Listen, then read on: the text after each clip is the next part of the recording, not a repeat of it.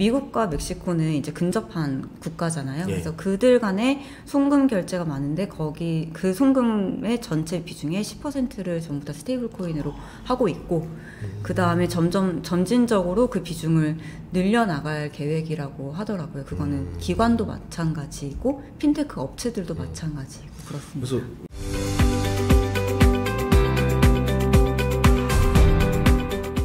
안녕하세요. 이번 시간에 스테이블 코인에 대해서 알아보도록 하겠습니다. 스테이블 코인 부에 대전한 저자 이지민 대표님입니다. 반갑습니다. 네, 반갑습니다. 네, 자기소개 부탁드리겠습니다. 네, 안녕하세요. 저는 스크롤 재단에서 일하고 있는 이지민이라고 하고요. 이번에 스테이블 코인 부에 대해 전환이라는 책을 같이 공동 저자로 제작하게 되었습니다. 이은지님이라고 공동 저자분이 따로 계십니다. 알겠습니다. 네, 우선 스테이블 코인 인기가 장난 아닌데 언제까지 지속될 거다 이렇게 보세요?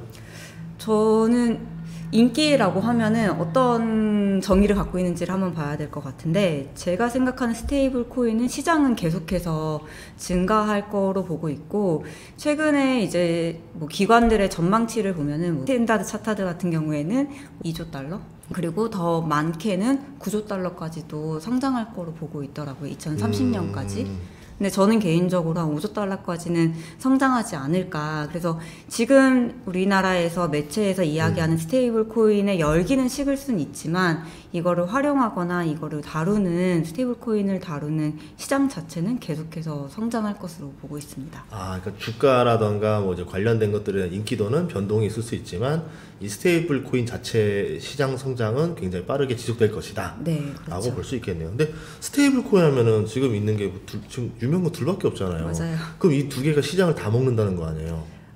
그렇게 볼 수도 있고, 사실은 다른 스테이블 코인이 나올 수도 있다고 생각이 듭니다. 그래서 어떻게 보시면 미카가 유럽에서 발의된 이후로 거래소에서 테더를 다 거래하지 못하게 디리스팅 시켰어요. 상장 폐지를 시켰기 때문에 그 자리를 뭐 USDC가 들어갈 수도 있고요. 다른 스테이블 코인이 들어갈 수도 있고, 유로를 패깅으로 한 스테이블 코인이 차지할 수도 있고, 그래서 뭐 결국엔 승자는 뭐 두세 개밖에 되진 않겠지만 뭐 구조가 달라질 수도 있지 않을까 생각은 듭니다. 그러니까 지금 분위기가 전 세계적으로 이제 그 달러 스테이블 코인 중에 하나인 테더에 대해서 금지를 시키는 경우가 많아지면서 그 자리에 자국산 코인들이 등장할 여력이 좀 생겼다, 이렇게 볼 수 있겠네요. 그렇죠. 근데 또 자국이라고 보기도 어렵지만 뭐 USD 패깅이겠지만 뭐 아니면 유로나 이렇게 좀 마켓시어가 큰 것 중심으로 커지지 않을까요? 그래서 저희는 이제 제일 궁금한 게, 항상 원화, 우리 맨날 이슈 나오는 원화니까, 그 원화도 생태계가 어떻게 보세요? 글로벌적으로? 글로벌적으로는 사실은 지금 한국이 무역 시장이나 글로벌 트레이딩 시장에서 원화 비중이 좀 작잖아요. 그거를 뛰어넘기는 사실은 어렵다고 보고 있죠. 원화만큼의 시장 정도는 할 수 있다. 그리고 이제 좀 자국 쪽에서 국내에서는 어떻게 좀 활용도가 있을 수 있어도 그렇습니다. 해외에서는 좀 어려울 수도 있다. 그 스테이블 코인 자체가 좀 왜 탄생이 있는지 좀 들어보면서 우리가 이 좀 특성을 좀 이해해 볼 필요가 있잖아요. 스테이블 코인이 어쩌다가 탄생하게 된 건지 좀 궁금합니다. 스테이블 코인이 사실 지금 저희가 활용하는 것처럼 송금이나 결제를 쓰려고 사실 탄생을 한 건 아니죠.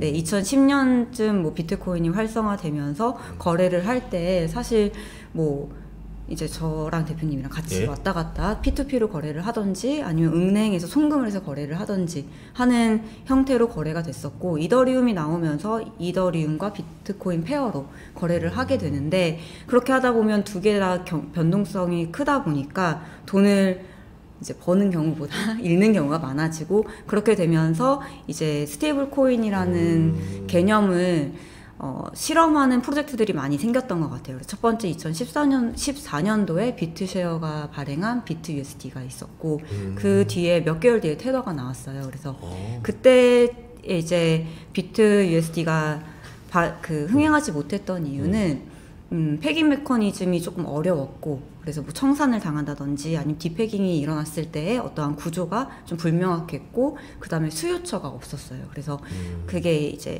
흥행하지 못하고 저물었다면 테더가 나오면서 1:1 USD 달러랑 패깅을 한다라는 것, 그리고 머리를 되게 잘 썼죠. 바이낸스랑 딱 파트너십 맺어서 바이낸스에서 비트코인이나 다른 암호화폐 페어로 거래가 되면서 이제 자리를 굳건하게 잡았죠. 그게 이제 초기라고 보면 될 것 같습니다. 아, 그럼 테더가 원래 바이낸스 거가 아니라 네. 그냥 서로 협력한 파트너지 서로 다른 재단이다? 그렇죠. 봐야 네. 되겠네요. 아, 많은 사람들이 또 헷갈리시는 분들도 있더라고요. 둘 다 같은 거다 이렇게 생각하시는 분도 있어가지고. 아, 그런데 아까 말한 대로 유럽이나 이런 데서 테더를 폐지시켰다 했잖아요. 왜 테더를 이렇게 자꾸 쫓아내려 하는 거예요?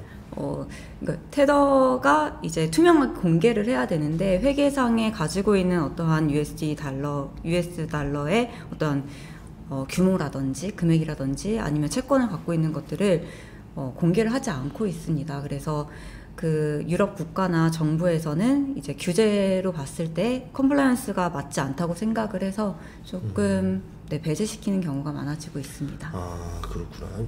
가끔 보면은 이제 좀 이제 요새 제가 듣기로는 주변에서는 서클 쓰는 사람보다는 네. 그래도 한국에서는 테더 쓰는 사람들 많이 있고 보면은 이제 양의 세계와 음의 세계가 있는데 음의 세계에서는 테더를 정말 많이 쓰더라고요. 그래서 이게 스테이블 코인이 정말 우리가 알고 있는 활용처보다 더 많이 어딘가에 있는 것 같은데 실제로 어디서 제일 많이 쓰이는지 좀 궁금하거든요. 일단은 이렇게 생각해 주시면 좋을 것 같아요. US 달러를 쓰는데 USDC가 중요한가요? USDT가 중요한가요? 상관은 없지 않아요? 그렇죠. 예. 사실 거래에서 가장 중요한 거는 유동성이 중요하거든요. 내가 사고 싶을 때 살 수 있느냐 없느냐가 가장 중요하기 때문에 이미 거래소에 많이 퍼져 있는 테더를 많이 쓸 수밖에 없는 시장의 구조가 있고요. 그리고 스테이블 코인은 어디서 가장 많이 쓰냐라고 보시면은 좀 지역으로 나눠서 볼 수 있을 것 같아요. 그래서 우리나라나 아니면은 아시아 같은 경우는 이미 거래를 할 수 있는 거래소들도 있고 했기 때문에 이제 업비트나 이런 거래소에서 많이 쓰인다고 볼 수 있고 그 다음에 중국으로 넘어가면 사실 거래를 할 수 없게 정부에서 막아놨잖아요. 그래서 OTC 거래로 장외 거래로 많이 활용이 되고 있습니다. 이제 또 반면에 뭐 아프리카나 라틴 아메리카로 가다 보면은 실생활에서 훨씬 많이 쓰게 돼요. 그래서 뭐 토스 같은 앱에서 USD 달러를 쓰고 있고요. USDT를 쓰든 USDC를 쓰든 상관없이 그들은 그냥 US 달러를 쓰고 있죠. 아, 그럼 실제로 그러면 스테이블 코인이 결제 시장에서 쓰이고 있다 이렇게 볼 수 있는데 네. 그럼 보면 비율적으로 결제 시장에서 많이 쓰이는 건가요? 아니면은 또 다른 데 쓰이는 데가 있나요? 결제도 한번 보시면 좋을 게 일반 저희가 활용하는 결제가 있고요. 국가 간 송금이나 기업 간의 결제가 있습니다. 그래서 지금 많이 쓰이고 있는 거는 기업에서 B2B 용으로 많이 쓰인다고 보시면 될 것 같아요. 그래서 제가 지난주에 멕시코에 갔다 왔어요. 스테이블 컨퍼런스에 갔다 왔는데 미국과 멕시코는 이제 근접한 국가잖아요. 그래서 그들 간에 송금 결제가 많은데 거기 그 송금의 전체 비중의 10%를 전부 다 스테이블 코인으로 하고 있고 그 다음에 점진적으로 그 비중을 늘려나갈 계획이라고 하더라고요. 그거는 기관도 마찬가지고 핀테크 업체들도 마찬가지고 그렇습니다. 그래서 왜 이걸 좋았었냐면 결제 시장에서 많이 쓰인다 그러면은 스테이블 코인이 카드사랑 결제 이제 좀 경쟁을 해야 되는 상황일 거고 만약에 이제 송금이라든가 금융 쪽으로 많이 쓰이게 된다면은 은행이랑 이제 경쟁이 될 거잖아요. 그럼 스테이블 코인이 만약에 좀 더 커지면 은행에도 위협이 될 수 있겠네요. 저는 딱히 위협이라고는 생각을 하지 않고 있습니다. 왜냐하면 스테이블 코인은 어떻게 보면 인프라랑 비슷한 거예요. 지금 해외에서 사용되는 경우도 마찬가지인데 보통 은행과 이 온체인이라고 하죠. 스테이블 코인이나 블록체인을 연결해주는 이 사업자가 있고 그 다음에 스테이블 코인은 그 안에서 움직이는 경우가 훨씬 더 많거든요. 그래서 어떤 사업자들은 이렇게 얘기를 해요. 스테이블 코인은 내가 왜 굳이 발행을 하느냐. 미카, 뭐 지니어스 액트 이런 규제들이 많은데 굳이 내가 발행을 해서 하는 것보다는 지금 있는 비즈니스를 유지한 채 있는 것들을 활용하는 게 더 낫다라는 관점도 많이 나오고 있어서 그렇죠. 네. 그리고 스테이블 코인이 이제 안전하다라는 거가 제일 중요한 거잖아요. 이제 어쨌든 그 태생이 그거였었는데, 근데 뭐 들어보면 스테이블 코인도 가격이 괴리가 벌어질 수 있다 이런 얘기 들었거든요. 그런 게 가능한 건가요? 가능은 하죠. 사실 가능은 한데 그거는 오히려 조금 더 신뢰나 아니면 심리적인 게 더 강한 것 같습니다. 그래서 뭐 테라 루나 같은 경우에는 사실 알고리즘 자체에 이제 뭔가 허점이 있어서 뭔가 뱅크런 같은 사태, 사람들이 모두 루나를 반납하고 이제 그 회수하려고 했을 때 이제 디패깅이 일어났던 사례인데요. USDC 같은 경우도 마찬가지죠. 일례로 많이 알고 계시는 사례, 많이 언급되는 사례가 실리콘밸리 은행이 파산하면서 디패깅이 잠깐 일어났었는데 그거는 사실 구조적으로 보면 디패깅이 일어날 필요가 없었던 사례예요. 왜냐하면 실리콘밸리 은행 안에 있었던 USDC의 보유 고액 비중이 30%도 안 됐던 걸로 제가 알고 있거든요. 근데 이제 사람들이 심리적으로 이거는 안 될 것 같아 라고 하면서 약간의 디패깅이 일어났던 거기 때문에 분명히 일어날 수는 있다. 하지만 테라루나나 아니면 USDC의 디패깅 사례들이 있었기 때문에 지금 나오는 스테이블 코인들은 조금 더 고민을 많이 하죠. 디패깅이 일어났을 때 어떻게 대처를 해야 되는지, 뭐 청산은 어떻게 해야 되는지 그런 알고리즘이나 메커니즘에 대해서 고민을 많이 하고 내놓는 편입니다. 그럼 이제 지니어스법 뭐 나오고 보니까 뭐 국채, 뭐 예금이랑 단기채를 100% 보유해라 이렇게 됐기 때문에 애초에 뭐 은행 같은 이제 그런 일만 없다라고 하면 이게 디패깅이 날 만큼의 어떤 요소들은 거의 없다라고 봐야 되겠네요. 없는데 이게 어떻게 또 보면 수요와 공급의 차이이기 때문에 사람들의 심리가 네. 이게 벌어질 것 같아라고 하면 어쩔 수 없이 일어나는 것 같기는 해요. 왜냐면 우리 옛날에 저희도 생각해 보면은 환율 공격해가지고 영국 그 환율 공격해서 조지 소로스가 막 하고 이랬던 것처럼 말한 대로 예상 못했던 일들이 더 벌어질 수도 있으니까 맞습니다. 네. 그럴 수 있다. 그래서 맞아요. 원화가 항상 네. 스테이블하지 않은 것처럼 스테이블 코인이 항상 스테이블하지 않을 수는 있긴 하지만 그거에 대한 어떠한 보완책이나 이런 것들은 이제 뭐 수학적으로 뭐 알고리즘을 짠다든지 하는 경우가 있죠. 네, 좋습니다. 아무튼 자 그러면은 테더랑 서클 중에서 둘 중에 앞으로 이제 좀 점유율이 뒤집어질 거라 보세요? 아니면은 더 격차가 벌어질 거라 보세요? 이 질문을 이제 많이 고민하기도 하고 많이 받기도 하는데 사실은 저도 잘 모르겠다는 게 답인 것 같아요. 어떻게 보면은 테더는 정말 많이 쓰이고 있거든요. 지금 비율도 거의 테더가 시장 점유율이 60%가 넘어가고 있고 어디서 많이 쓰이냐면 뭐 아프리카나 이런 데에서는 그냥 거의 다 테더를 쓴단 말이에요.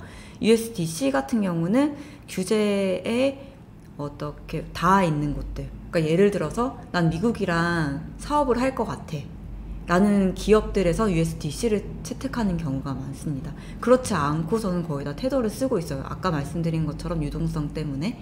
그래서 이게 어떻게 보면은 사업의 영역이 달라져서 그들이 가는 방향이 이제 좀 달라질 뿐이지 이게 좀 누가 뭐 서클이 테더를 잡아먹는다 이렇게 보기는 좀 어렵지 않을까라는 생각이 듭니다. 알겠습니다. 아무래도 우리 또 스테이블 코인을 또 이제 듣다 보니까 이제 또 요새 또 서클 주가를 또 많이 보게 돼요. 왜냐면 관련 기업들이 많지 않다 보니까. 그러면서 스테이블 코인이 앞으로 시장이 어떻게 될 건지, 또 USDC는 또 어떻게 될 건지 이거에도 궁금증이 많았는데 또 많이 해결할 수 있는 시간이 됐었습니다. 책에는 어떤 내용들 들어가 있죠? 스테이블 코인 부의 대전환입니다. 네. 제가 스테이블 코인 관련된 책을 쓰게 된 기획하게 된 것은 작년 12월, 11월 경이었는데요. 그때 이런 생각이 들었어요. 이제 이거를 활용할 수 있을 것 같은데 이걸 활용해서 돈을 벌 수가 있고 더 나아가서는 많이 나아가서는 AI가 우리 대신 일을 하고 그리고 저희가 어떻게 보면은 뭐 스테이블 코인이나 이런 걸로 돈을 번다고 했을 때 하는 세상이 오지 않을까? 이런 고민에서 시작이 됐고요. 그리고 책에 많이 담고자 했던 내용은 스테이블 코인을 활용하는 법을 많이 담고자 했습니다. 네. 그러니까 이 코인 측에서 다른 책과 다르게 스테이블 코인 측에서는 돈을 버는 법을 또 알려주겠다. 그렇죠. 그런 내용이 들어있다는 얘기네요. 네, 제가 돈을 버는 법을 알려드리는 건 아니지만 벌 수 있는 방법도 있다라는 걸 설명드리고 싶었던 것 같습니다. 그동안 다른 책엔 그런 내용들이 없었어요. 스테이블 코인이 이런 것이다 라는 책이었는데 이거와 좀 다른 내용이 있다. 네. 그러면 이제 그 내용을 여쭤보려고 하는데 그거는 제가 2부에서 하도록 하겠습니다.